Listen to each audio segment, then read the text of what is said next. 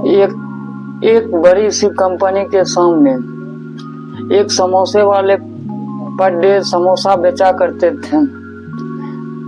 कुछ दिन यूं ही चलता रहा तो एक दिन समोसे वाले के यहाँ वहाँ के मैनेजर आया समोसा खाने के लिए। तो उस मैनेजर ने समोसे वाले को कहा कि देखो, आज हम 10 साल से तुम ठीक यही कंपनी के सामने समोसे बेचा करते हो और ठीक 10 साल पहले हम भी इसी कंपनी में ज्वाइन किए थे। उस टाइम हम स्टाफ के हैसियत से आए थे और आज देखो मैं मैनेजर बन गया हूँ और तुम वहीं का वहीं हो, बस सिर्फ समोसे बेचा करते हो। हाँ, फर्क इतना है कि उस टाइम थोड़ा कुछ 2-4 समोसे बिका करते थे, आज 100-200 बेच लेते हो। लेकिन देखो आज हम कहाँ से कहाँ आ गए हैं और तुम बस वहीं के वहीं हो। तो सुनिएगा, उस समोसे वाले ने कहा, देखिए भैया, आपका कहना बिल्कुल सही है।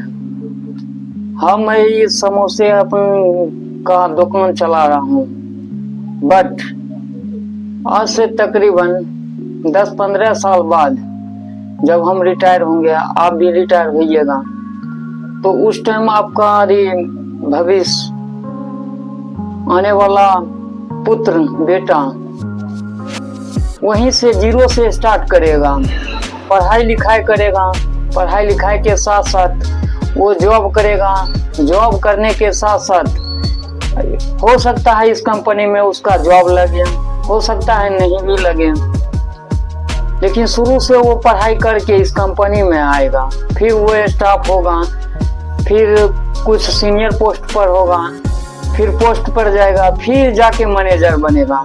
20-25 साल पढ़ाई करेगा, 10-15 साल इस कंपनी को देगा, अर्थात 30-35 साल लग जाएगा तुम्हारे पुत्र को, तुम्हारे बेटे को।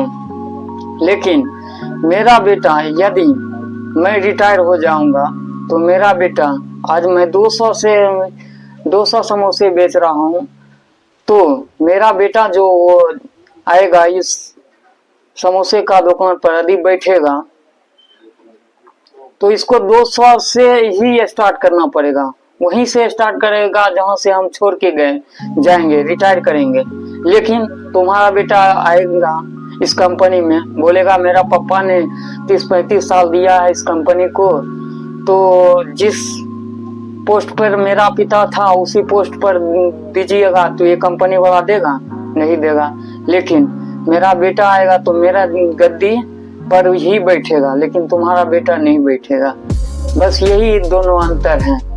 तो दोस्तों, आप लोग जानते हैं कि खुद का बिजनेस करने में कितना प्रॉफिट है और दूसरों के अधीन में काम करने में कितना मेहनत लगता है। 20-25 साल पढ़ाई करो, फिर 10 साल उस कंपनी वाले को दो, तब जाके कोई ही प्रमोशन मिलता है। लेकिन आज तुम जीरो से स्टार्ट करेगा, तुम्हारा बेटा हो सकता है 100, 200, 500 लाख में आज तुम बिजनेस कर रहे हो, तो वही लाख से तुम्हारा बेटा चालू करेगा, लेकिन उस कंपनी वाले को नहीं होगा।